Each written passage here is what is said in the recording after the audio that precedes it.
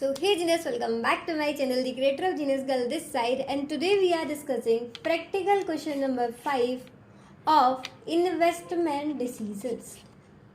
तो चलो पहले से अच्छे से रीड करते हैं. Cello Limited is considering buying a new machine which would have a useful economic life for 5 years. तो Cello Limited जो कंपनी है वो एक न्यू मशीन खरीदने का सोच रही है जिसका यूजफुल लाइफ कितना रहेगा 5 ईयर्स. ठीक है, तो टोटल जो नंबर ऑफ ईयर्स रहेंगे वो रहेंगे हमारे 5 साल और उसका जो कॉस्ट रहेगा वो रहेगा 1,25,000. Clear. Next, and a scrap value of ₹30,000. साथ के साथ स्क्रैप वैल्यू दे रखी है. तो यहाँ से ये सारी इंफॉर्मेशन से आप डेप्रीसिएशन बहुत आसानी से कैलकुलेट कर सकते हो. 1,25,000 कॉस्ट है, माइनस कर दोगे 30,000, ठीक, डिवाइड कर दोगे 5 से, तो ये आ जाएगा आपका डेप्रीसिएशन. क्लियर. आगे देखें. With 80% of the cost being payable at the start of the project and 20% at the end of the year. तो ये जो इसकी कॉस्ट है उसका 80% तो हम कब पे करेंगे? स्टार्ट में, मतलब 0 ईयर में. और जो 20% है कॉस्ट का वो अपन कब पे करेंगे? फर्स्ट में. ठीक है, तो ये रहेगा 80% हमारा ईयर 0 में और ये रहेगा हमारा ईयर 1 में. क्लियर. बाकी क्वेश्चन सॉल्व करेंगे तब आपको समझ में आ ही जाएगा. आगे देखते हैं. The machine would produce 50,000 units per annum of a new product with an estimated selling price of ₹3 per unit. सब कुछ एस्टिमेटेड रहेगा क्योंकि अभी अपन ने मशीन खरीदो तो है नहीं. जब मशीन ही नहीं खरीदी तो फिर उसका बोलो प्रोडक्शन कैसे हो जाएगा? प्रोडक्शन नहीं होगा तो उसका सेलिंग प्राइस कैसे आ जाएगा? तो ये सब कैसा है? एस्टिमेटेड बेसिस पर. ठीक है, तो यूनिट्स कितना सोच रहे हैं अपन प्रोडक्शन हो जाएगा? 50,000 का और सेलिंग प्राइस क्या रहेगा? 3. तो यहाँ से हमारी सेल आराम से कैलकुलेट हो जाएगा. आगे देखते हैं. Direct cost would be ₹1.75 per unit and annual fixed cost. तो ये पहले अपन को डायरेक्ट कॉस्ट दे रखी है. अब बात करते हैं एनुअल फिक्स्ड कॉस्ट की. इंक्लूडिंग डेप्रीसिएशन, ध्यान देना ये जो एनुअल फिक्स्ड कॉस्ट दे रखी है, फिक्स्ड कॉस्ट में डेप इंक्लूड है तो ध्यान देना है अपन को. Calculated on a straight line basis would be 40,000 per annum. ठीक है, ये कुछ लोगों को समझ में नहीं आया होगा तो लेट मी एक्सप्लेन. 40,000 जो है वो फिक्स्ड कॉस्ट है और इसमें डेप्रीसिएशन इंक्लूडेड है. दैट मीन्स कि फिक्स्ड कॉस्ट में से आप डेप्रीसिएशन माइनस करोगे तब विदाउट डेप्रीसिएशन वाली फिक्स्ड कॉस्ट यहाँ से कैलकुलेट हो जाएगी. ठीक है, और डेप्रीसिएशन कैसे कैलकुलेट करना है ये ऑलरेडी मैंने आपको बता दिया. कॉस्ट दे रखा है, स्क्रैप वैल्यू दे रखा है, नंबर ऑफ ईयर्स दे रखे हैं, तो वहाँ से डेप माइनस कर देना. फिक्स्ड कॉस्ट आपको 40,000 गिवन ही है तो 40,000 में से डेप कैलकुलेट कर लोगे, वो माइनस हो जाएगा. ठीक है, फास्ट तो नहीं जा रहा ना? कोई दिक्कत नहीं है, अभी क्वेश्चन सॉल्व करेंगे, आराम से हो जाएगा. आगे देखें. In the first year and the second year, special sales promotion expenditure not included in the above cost. ये जो ऊपर कॉस्ट दे रखी है अपन को इसमें वो इंक्लूडेड नहीं है, लेकिन फिर भी ईयर 1 में और ईयर 2 में एक खर्चा हो गया. कौन सा खर्चा हो गया? Amounted to 10,000 and 15,000. कौन सा वाला खर्चा? सेल्स प्रमोशन का. तो सेल्स प्रमोशन कहाँ जाता है बताओ? सेल्स प्रमोशन जाता है एडवर्टाइजमेंट में. तो 10,000 हमारा ईयर 1 में और 15,000 हमारा ईयर 2 में. ये एक्स्ट्रा अपन को माइनस करना पड़ेगा. क्लियर. आगे देखें. अब देखो लास्ट में क्या दे रखा है? क्वेश्चन की requirement. Calculate NPV of the project for investment appraisal assuming that the companies cost of capital is 10%. NPV calculate करना है, मतलब नेट प्रेजेंट वैल्यू, और प्रेजेंट वैल्यू के लिए अपन को चाहिए present value factor. Present value factor कितना लगाना है आपको? 10% का. क्लियर. बहुत आसान क्वेश्चन है, सिंपल. अपन को कैश फ्लो वगैरह कैलकुलेट करने और एक बार कैश फ्लो आ जाएगा तो उसकी एनपीवी निकालना बहुत आसान है. तो चलिए फटाफट से कॉपी और पेन निकालते हैं और प्रैक्टिकल क्वेश्चन नंबर 5 को भी आसान बनाते. तो ये अपन आ गए कॉपी पर. कॉपी पर सबसे पहले लिखिए इन्वेस्टमेंट डिसीजंस और कैपिटल बजटिंग का practical question number 5. Clear. Solution. अब क्वेश्चन की मेन रिक्वायरमेंट क्या थी? Net present value. तो इसके सॉल्यूशन में अपन 2 स्टेटमेंट क्रिएट करेंगे. पहला होगा calculation of net cash flow और दूसरा होगा नेट प्रेजेंट वैल्यू का। ठीक है, तो सबसे पहले अपन ध्यान देते हैं calculation of net cash inflow, यानी कि हर साल अपन को कितना पैसा रिसीव होने वाला है। ठीक है, स्टेटमेंट क्रिएट कैसे करेंगे, इसका सिंपल सा फॉर्मेट, पहला पर्टिकुलर और कितने साल थे टोटल क्वेश्चन में 5, तो ईयर 1 2 3 4 एंड 5। ठीक, सबसे पहले पैसा किससे आएगा, जब सेल होगी उसी से, ऑब्वियस सी बात है। तो देखो यूनिट्स कितने थे अपने 50,000, एक बार क्वेश्चन में ध्यान से देखना कितना था 50,000 और सेलिंग प्राइस कितना रख रहे हैं अपन 3, तो 5 3 था 15, तो सिंपल 1.5 लाख आ गया 1,50,000। तो हर साल कितने की सेल हो जाएगी 1,50,000।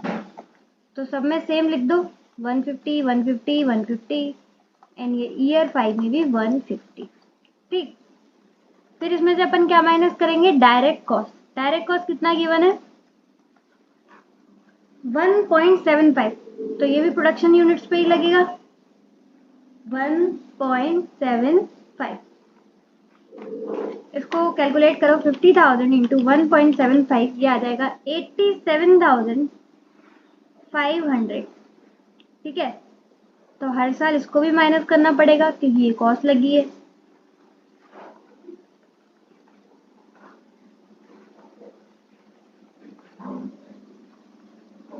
सिंपल जा रहा है ना, कोई दिक्कत नहीं है। सेल में से डायरेक्ट कॉस्ट माइनस करेंगे तो अपना आ जाएगा कंट्रीब्यूशन। फटाफट माइनस करो 1,50,000 में से 87,500, ये आ गया 62,500। तो 62,500 हमारा हर साल का आ जाएगा कंट्रीब्यूशन। मेरे साथ साथ लिखना, ठीक है।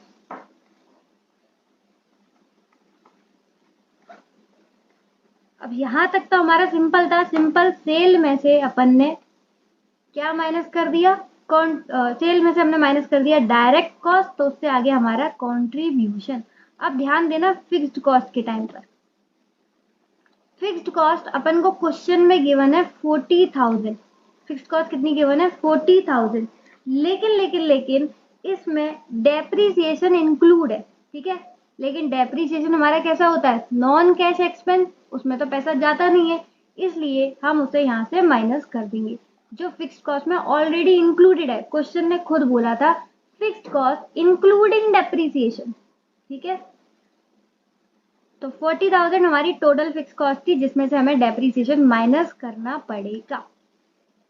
लेकिन डेप्रीसिएशन तो हमें अभी पता ही नहीं है कितना है, तो यहाँ पर डेप्रीसिएशन कैलकुलेट कर लेते हैं। ठीक है, ये छोटे से वर्किंग नोट में अपन डेप्रीसिएशन कैलकुलेट कर देते हैं। डेप्रीसिएशन कैसे कैलकुलेट करना है ये मैंने आपको क्वेश्चन रीड करते टाइम पर बताया ही था, बहुत सिंपल। 1,25,000 कॉस्ट है, उसमें से माइनस हो जाएगा 30,000 स्क्रैप वैल्यू, डिवाइड कर देंगे number of year that is 5, तो यहाँ से हमारा आ जाएगा डेप्रीसिएशन 1,25,000 माइनस 30,000 डिवाइड बाय 5, ये आ गया 19,000। ठीक, तो 19,000 हमारा क्या आ गया डेप्रीसिएशन। तो टोटल फिक्स कॉस्ट कितनी थी 40,000, उसमें से अपन माइनस क्या कर देंगे डेप्रीसिएशन, तो फिक्स कॉस्ट आ जाएगी 21,000। ठीक है, फिक्स कॉस्ट आ जाएगी 21,000। किसी को कोई दिक्कत तो नहीं है इसमें, डेप्रीसिएशन अपन ने क्यों माइनस कर दिया समझ में आ गया ना, क्योंकि डेप्रीसिएशन एक नॉन कैश एक्सपेंस है। डेप्रीसिएशन एक ऐसी कॉस्ट है जिसमें हमारा पैसा जाता नहीं है। ठीक है, तो जब पैसा गया ही नहीं है तो हम उसे माइनस क्यों करें, इसलिए हम सिर्फ और सिर्फ 21,000 ही माइनस करेंगे। ठीक, एक और कॉस्ट थी एडवर्टाइजमेंट की, वहां पर लिखा हुआ था स्पेशल सेल्स प्रमोशन, लेकिन ये सिर्फ और सिर्फ 2 साल में थी। कौन कौन से, फर्स्ट ईयर और सेकेंड ईयर, हर साल नहीं हुई थी, सिर्फ और सिर्फ फर्स्ट ईयर और सेकेंड ईयर। फर्स्ट ईयर में कितना हुआ था 10,000 और सेकेंड ईयर में कितना हुआ था 15,000। बाकी किसी में नहीं था, तो किसी और में से माइनस मत कर देना। ठीक, इसलिए हमने एडवर्टाइजमेंट को अलग तरीके से शो किया है। अब चलो फटाफट निकल आएगा हमारा नेट कैश इनफ्लो। जल्दी जल्दी करो। कौन से पेन से लिखूं, ब्लैक से लिख दूं? तो 62,500 माइनस 21,000, ये हमारा हो जाएगा 41,500। तो इन सब का तो आ जाएगा 41,500, 41,500, 41,500। ठीक है, लेकिन पहले वाले में से 10,000 और माइनस हो जाएगा तो ये आ जाएगा 31,500, और इसमें 5,000 और माइनस हो जाएगा तो ये आ जाएगा 26,500। ठीक है, तो ये दोनों की अलग आएगा क्योंकि इन दोनों में एडवर्टाइजमेंट कॉस्ट थी। मुझे बताओ यहाँ तक समझ में आया कि नहीं आया? सिर्फ और सिर्फ आपको मेन ध्यान देना है इस वाले पार्ट कि फिक्स्ड कॉस्ट में से डेप्रिसिएशन माइनस करना है। बाकी एडवर्टाइजमेंट तो क्लियरली गिवन था कि सिर्फ और सिर्फ ईयर 1 और ईयर 2 में ही कंसीडर करना है। ठीक है, तो पहला हमारा स्टेटमेंट क्रिएट हो चुका है, बिल्कुल कंप्लीट भी हो चुका है। कौन सा? Net cash inflow. ठीक है, जो सेल से अपन को पैसा आता है उसमें जो जो कॉस्ट लगती है वो अपन ने माइनस कर दी। अब आ जाती है जो क्वेश्चन की मेन रिक्वायरमेंट थी, that is net present value. तो स्टेटमेंट क्रिएट करो फटाफट, computation of net present value. इसका फॉर्मेट सिंपल वही रहेगा, year, cash flow, PV factor. PV factor कितना लेना है? @10% आई गेस। हाँ, क्वेश्चन में गिवन था 10%। कैश फ्लो अपन को आ जाएगा, इससे इंटू कर देंगे पीवी फैक्टर से, तो हमारा मिल जाएगा प्रेजेंट वैल्यू, जो कि क्वेश्चन की मेन रिक्वायरमेंट है। ठीक है, अब यहाँ पर ईयर लिख देना 0 से लेके यहाँ तक। तो देखो पहले क्या होगा, पहले आउटफ्लो होगा। आउटफ्लो में ध्यान देना 1,25,000 कॉस्ट थी, 1,25,000 कॉस्ट थी। 80% उसका 0 ईयर में गया था, यानी कि 1 लाख जाएगा 0 ईयर में, और उसका 20% जाएगा फर्स्ट ईयर में, तो 25,000 जाएगा फर्स्ट ईयर। क्लियर? खुद बोला था कॉस्ट टोटल है मशीन की 1,25,000, लेकिन 80% वो कॉस्ट जाएगी, यानी कि आउटफ्लो होगा 0 ईयर में, और उसका जो 20% आउटफ्लो है वो होगा फर्स्ट ईयर में। तो 0 ईयर में कितना आउटफ्लो होगा? 1 लाख। ठीक है, और फर्स्ट ईयर में कितना आउटफ्लो होगा? 25,000। ये आउटफ्लो है इसलिए अपन इसे माइनस में कर रहे हैं। और ये कैसे आया, अगर मैं यहाँ लिख भी दूँ, 125,000 का 80% और यहाँ पर 20%। ये सिर्फ आपको समझाने के लिए ऐसी कट्टा पीटी, ये वाली येलो वाली हाईलाइट कर दिया मैंने। ये कट्टा पीटी एग्जाम में मत करना, प्रेजेंटेशन खराब हो जाएगी। ठीक है, आपको डायरेक्ट वहां पर ऐसे लिखना है 1 लाख और 25,000। ठीक, ये दोनों हो गए आउटफ्लो। अब फर्स्ट ईयर में इनफ्लो कितना था तो हम ऊपर से देख लेंगे, अभी अपन ने कैलकुलेट किया है। फर्स्ट ईयर में इनफ्लो ये रहा 31,500, सेकेंड ईयर में 26,500 और बाकी में 41,500। 31,500, 26,500 और बाकी सब में 41,500। ठीक है, ये सब कहाँ से आए हैं? ये सब वर्किंग नोट नंबर 1 या बोलो स्टेटमेंट 1 से आए। ठीक है, ईयर 5 मैंने दोबारा क्यों लिखा है? क्योंकि जो स्क्रैप वैल्यू है मशीन लास्ट में, जो 5th ईयर में हम मशीन का बेचेंगे, जो भी बचा कुचा होगा तो उससे भी तो कुछ पैसा आएगा, तो वो भी तो एक तरीके का इनफ्लो है 30,000। तो ये सब क्या है? इनफ्लो। ये सब, अरे यार हाईलाइट का है, ये रहा, ये सब क्या है? इनफ्लो। ठीक, अब पीवी फैक्टर लगाते हैं। पीवी फैक्टर सबको लगाना आता है ना, 1 डिवाइडेड बाय 1.1। अब देखो 0 ईयर में तो पीवी फैक्टर 1 रहेगा। ठीक, 0.909 कहाँ से आएगा? यहाँ से। अब देखो ये भी फर्स्ट ईयर है, ये भी फर्स्ट ईयर है, तो दोनों में ही 0.909 आएगा। अब यहाँ पर ध्यान देना, अपन ने इसको क्या किया है? बाइफरगेट करके दिखाया है कि फर्स्ट ईयर में 25,000 का ये आउटफ्लो है, फर्स्ट ईयर में 31,500 का ये इनफ्लो है। ठीक है, इंस्टीट्यूट ने क्या किया है? इन दोनों को नेट कर दिया है, 31,500 में से 25,000 माइनस करके। ठीक है, मैं एक बार बता भी दूं, 31,500 में से 25,000 माइनस करके उन्होंने लिख दिया है 6,500। दिख रहा है आप लोगों को 6,500, और उसके बाद इंटू किया है 0.909 से। लेकिन यहाँ पर मैंने आपको क्लियर करने के लिए, थोड़ा सा क्लैरिटी देने के लिए इन दोनों को बाइफरकेट करके दिखाया है कि ये आपका आउटफ्लो है और ये इनफ्लो है। ठीक है, तो आप चाहो तो इन दोनों का नेट कर सकते हो माइनस करके, और चाहो तो मेरी तरह भी कर सकते हो, दोनों ही एकदम सही है।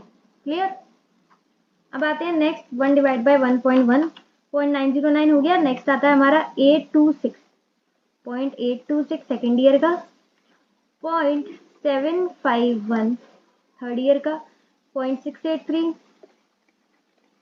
और लास्ट 0.621। ठीक है, यहाँ पर भी ध्यान देना, ये भी फिफ्थ है, ये भी फिफ्थ है, तो दोनों में ही 0.621 आएगा ईयर 5 का। क्लियर। यहाँ भी आप चाहो तो क्या कर सकते हो, दोनों को साथ में लिख सकते हो, यानी कि इसको प्लस कर सकते हो। ठीक है, दोनों ही प्लस वाले हैं तो दोनों को ही प्लस कर सकते हो। मैंने इन दोनों को अलग इसलिए दिखाया है कि ये वो है सेल वाला, सेल में से जो कॉस्ट माइनस करके आया है, और ये वो है जो मशीन को बेचकर 5वें साल में स्क्रैप वैल्यू मिलेगा 30,000 का, वो इसलिए मैंने दोनों को अलग अलग करके दिखाया है। लेकिन आप चाहो तो अगेन इन दोनों को भी प्लस करके एक साथ दिखा सकते हैं। क्लियर। तो डरना मत कि मेरा थोड़ा सा अलग सॉल्यूशन है और इंस्टीट्यूट का अलग, दोनों का ही सही है, कोई भी दिक्कत नहीं है, आप कैसे भी कर लो जो आपको आसानी लगे। अब कुछ नहीं करना, बस अपन को कैश फ्लो को पीवी फैक्टर से इंटू करना है। तो पहले आ जाएगा 1 लाख, ये आउटफ्लो है इसलिए माइनस में जाएगा।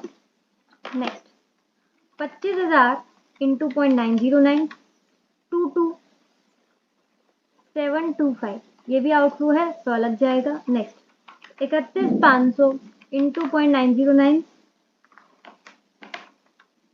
ये आएगा 28,633, तो राउंड ऑफ हो जाएगा 28,634 करके। ठीक है, नेक्स्ट है हमारा 26,500 इंटू 0.826, ये आ गया 21,889, 21,889। नेक्स्ट है हमारा 41,500 यानी कि 41,500 इंटू 0.751, ये आ गया 31,166, ये भी राउंड ऑफ हो जाएगा 31,167। ठीक है, आराम आराम से करना, कोई जल्दीबाजी नहीं करना, गलती हो जाता है। 41,500 इंटू 0.683, ये आ गया 28,344, अगेन ये भी राउंड ऑफ होगा 28,345। नेक्स्ट 41,500 इंटू 0.621, ये आ गया 25,772, राउंड ऑफ करके। नेक्स्ट 30,000 इंटू 0.621, ये आ गया 18,630, 18,630। क्लियर। अब बस कुछ नहीं करना, इनको प्लस करना है, तो इन सबको अपन प्लस कर लेते हैं। पहले जो भी प्लस वाले हैं 28634, 28634, 21,889, 31,167, 28345, 25,772, 18,630, इन सबका टोटल आ गया हमारा 15,4437। ठीक है, अब इन दोनों का देखो, इनका आएगा 122,725, तो ये आउटफ्लो है और ये इनफ्लो है। ठीक है, तो माइनस कर दो आउटफ्लो में से इनफ्लो।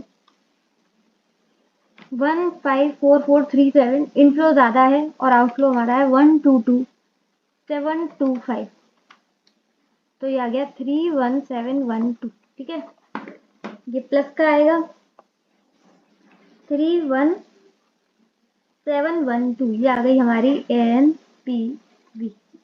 तो यही क्वेश्चन की रिक्वायरमेंट थी, नेट प्रेजेंट वैल्यू कैलकुलेट करो, वो आ गई हमारी 31712। तो आप लास्ट में लिख देना the net present value of the project है 31,712।